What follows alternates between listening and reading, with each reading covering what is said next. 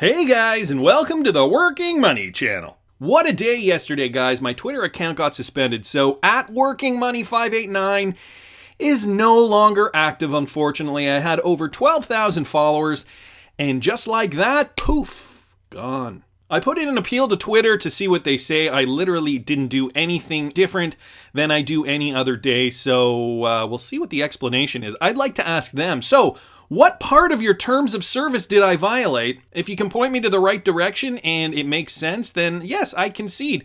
Suspend my account. But until you can do that, I believe my account should still be active. Nevertheless, guys, I've started a new Twitter account.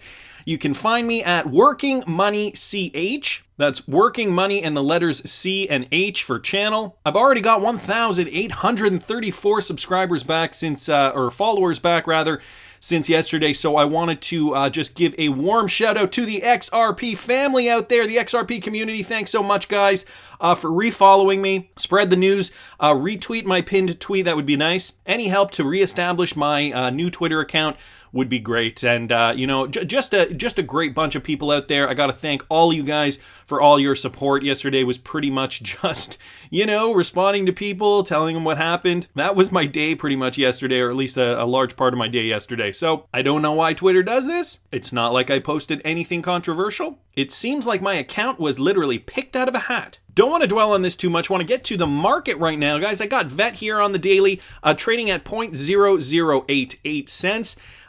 Still finding its resistance up here near the 1 cent mark. We've got XRP here trading at 0.191. Again, not a lot of movement, low volume, guys, as you can see down there.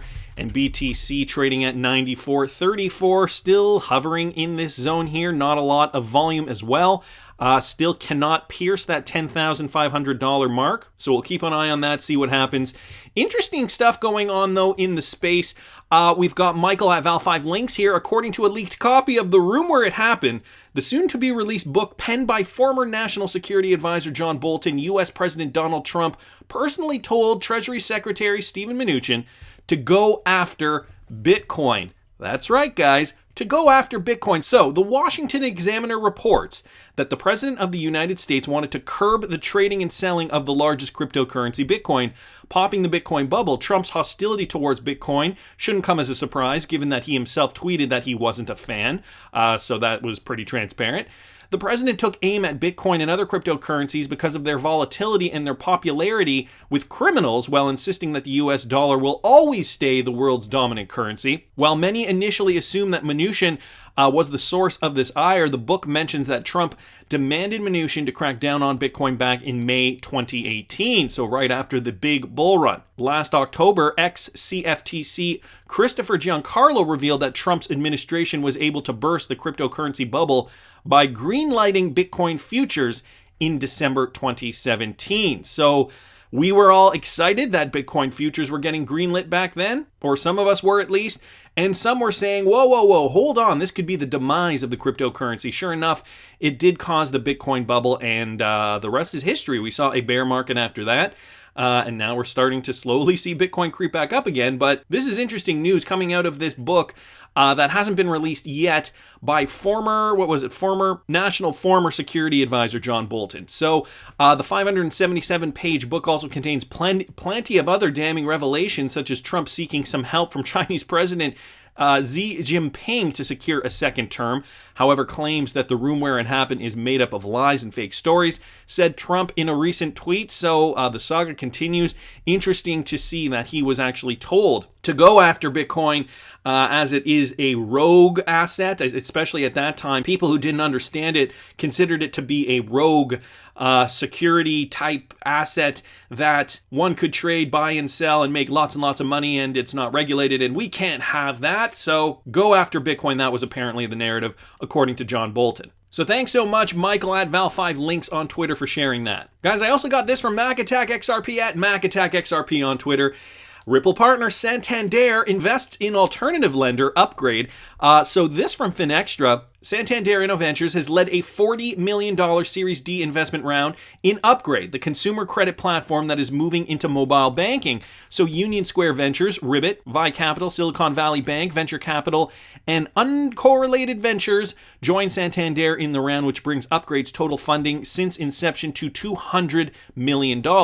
Since launching in 2017, Upgrade has seen more than 10 million applications for a card or loan, with the company delivering over $3 billion in credit, growing at a triple-digit annual rate. And guys, I don't know if you know Upgrade. I did a little bit of research on them, and this is who they are. Upgrade's founding team pioneered fintech over a decade ago. In 2017, we launched Upgrade to create an online and mobile banking experience that delivers exceptional value to our customers by eliminating fees on everyday transactions and offering affordable and responsible credit through cards and loans. So eliminating fees, that is a big theme that a lot of these companies want to get on board with in this space. And a company like Santander has just the solution.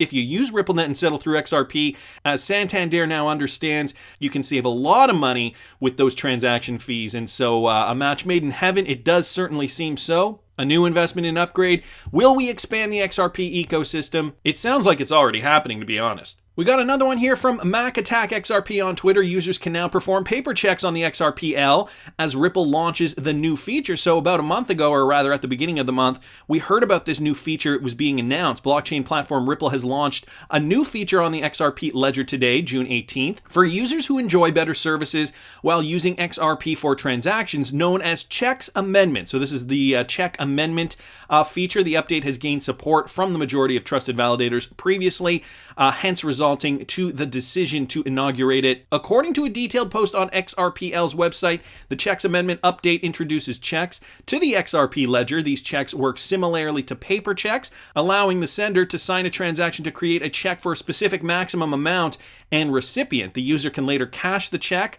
This allows the recipient to receive the specified amount. Once the check is cashed, the movement of money begins. However, depending on the balance of the sender and available liquidity, cashing of the checks may fail. So a new feature on the XRPL, now greenlit, the checks feature, and this is part of how the XRPL is going to grow, right? Tweaking little bits here and there. And as more people start using the XRPL, they will realize, oh, we can make this little change over here, and that might be good for this facet of business. And oh, hey, over here that we could maybe use a little amendment here, and that would be good if we use the XRPL for this. So this is going to be a process, of course, right? The first iPhone, if you were ever to go back to the first iPhone and look at the features and the lack of features, I should say, compared to the iPhones today, you would really realize how clunky and basic it was at that time. Although that's what we had at that time, and now, we've come so far with iPhone technology, and even just little things that change over the years we get so used to. So this is going to be the same, I think, with the XRPL.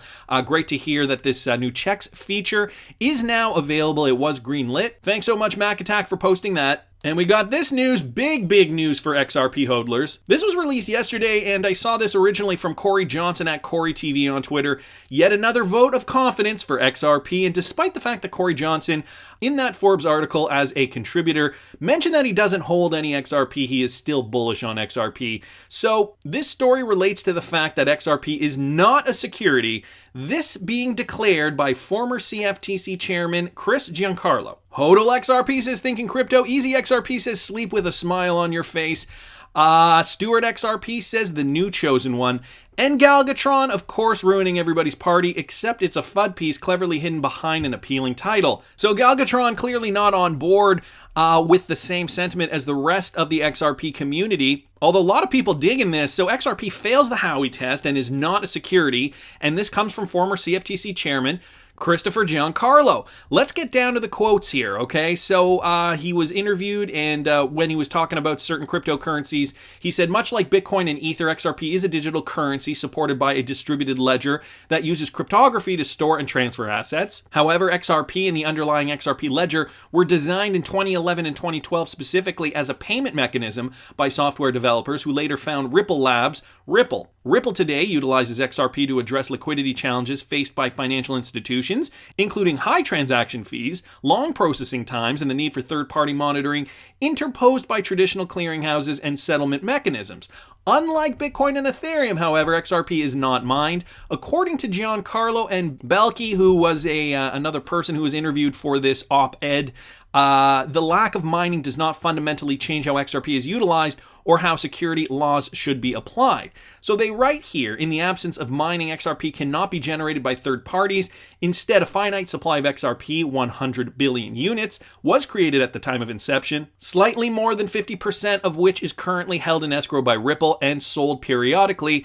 While these differences enable XRP to better serve its intended purpose as a liquidity tool and settlement mechanism, they do not fundamentally set XRP apart from its peers from a legal and regulatory perspective. Down here it says, under the Howey framework, the transaction represents an investment contract if a person invests his money in a common enterprise and is led to expect profit solely from the efforts of the promoter, sponsor, or other third party. So the authors state that XRP fails the Howey test in multiple ways. The mere fact that an individual holds XRP does not create any relationship, rights, or privileges with respect to Ripple, which is what we all know already, which is obviously true.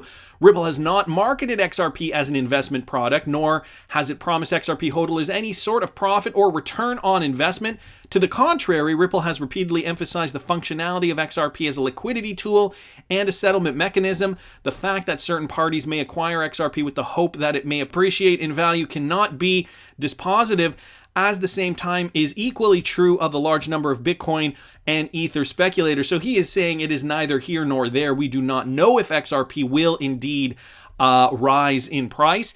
And maybe this is where Galgatron was getting a little opinionated on the piece, calling it out as a FUD piece. So as discussed above, XRP fundamentally falls outside of the definition of an investment contract under the Howey test. Moreover, there is strong evidence that the specific use of XRP for ODL, Ripple's liquidity product, constitutes a utility token and, in this capacity, should not be subject to regulation as a security. So he goes on, finally saying it should not be considered a security, but rather should be classified a utility token and therefore should be scrutinized under that particular framework, whatever that is.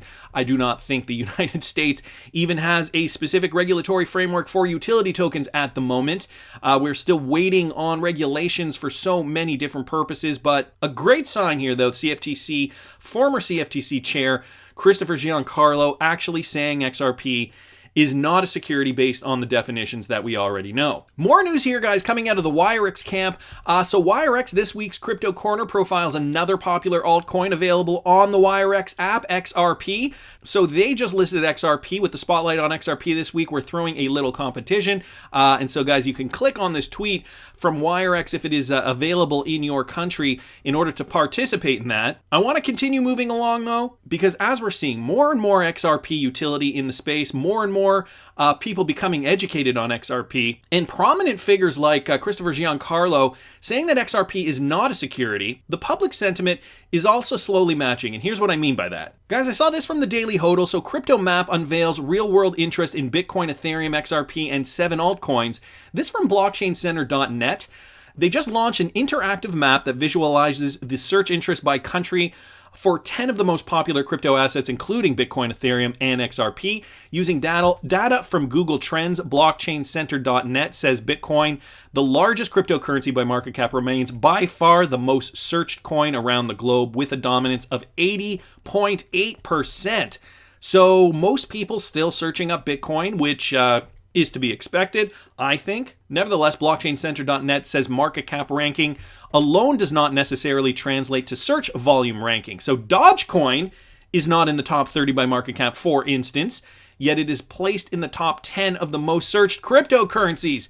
Dogecoin, really, guys? So we have Bitcoin, it's followed by Ethereum with 13.7% share of interest, and Ripple's native token XRP ranks third at 7.7%. I think a lot of this data is reflected in CoinMarketCap. You know, when you go to CoinMarketCap, when you just look up cryptocurrency list, this is the first website that comes up on Google, guys. And this is what I've been saying. In the next bull run, we are going to see coins like XRP rise first because of the price point that it's at and because it's at eye level for people interested in looking into cryptocurrencies. They're going to look at Bitcoin, too expensive. They're going to look at Ethereum, a better deal. Then they're going to look at XRP. They're going to see the 19 cent, 20 cent, 25 cent, 30 cent, whatever it is at that point. They're going to look at the price tag. Crypto vanity will indeed kick in, and they'll say to themselves, I can buy a lot of that. I stand to get very, very rich from this. This is what I'm going to invest in. And guys, this is what's going to perpetuate more momentum in the next bull run. We're already seeing it here with a 7.7% ranking on the blockchaincenter.net's website for search. And that's in a bear market, guys. That's in a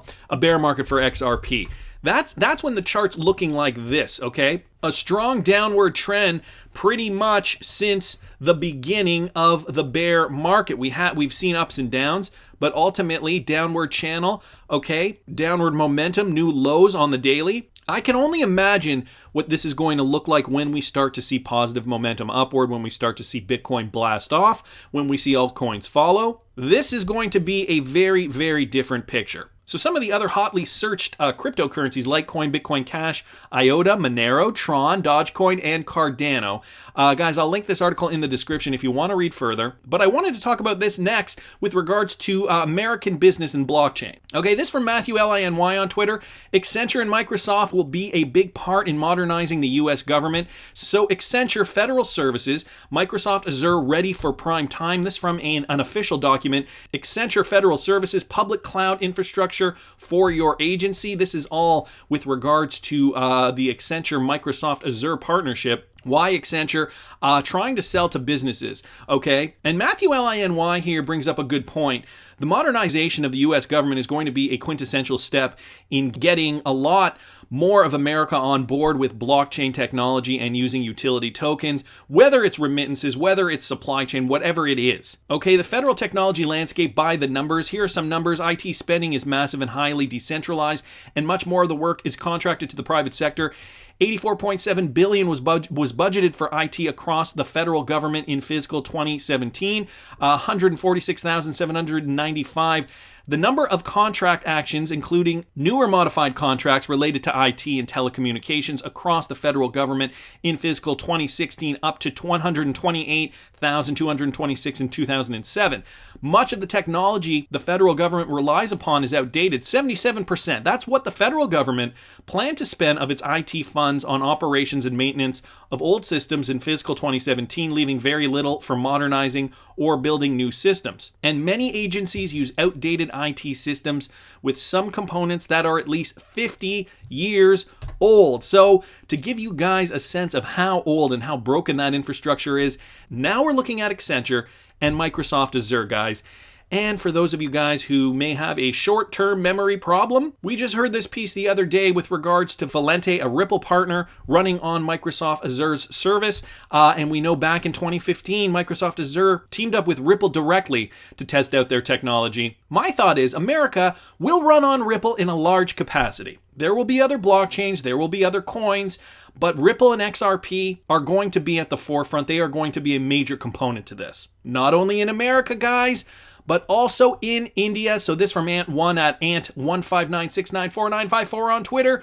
Ripple offers regulatory framework to ease India's crypto uncertainty. So this new framework came out, and I'm going to get to that framework in a second. India's cryptocurrency market is currently racked by uncertainty, although the country's Supreme Court recently reversed the Reserve Bank of India's blanket ban on crypto. It didn't propose a policy framework on how to legalize it.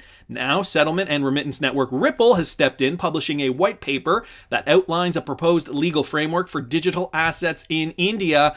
So thanks so much, Ant1, for posting that. You guys know why this is so important? Gonna move along here from the Cryptic Poet. He posted a few screen grabs from the Ripple document. So this just released, guys.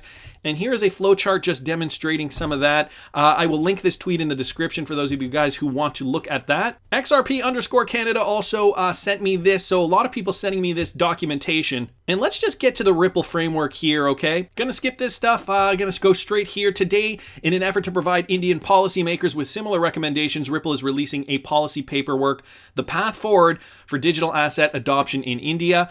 And so let's hit on some of the high points. Adopt a digital asset taxonomy consistent with global practice, providing clarity to the legal character of digital assets. Number 2, to enact a facilitative legal framework for digital asset service providers at the Gujarat International Finance Tech City, the GIFT, in the short term, to attract mature global participants to GIFT for developing enterprise use cases of digital assets. Number 3, to modify RBI's regulatory sandbox framework to remove cryptocurrency and crypto asset services from the negative list, thereby offering service providers an opportunity to test the value proposition of this new technology in the Indian context. And number 4, implement a conducive regulatory framework for digital assets by amending specific financial sector laws. For example, empower the Securities and Exchange Board of India to license, regulate, and supervise digital asset service providers. So just some of the policies that they wanted to target, some of the policies that they wanted to address,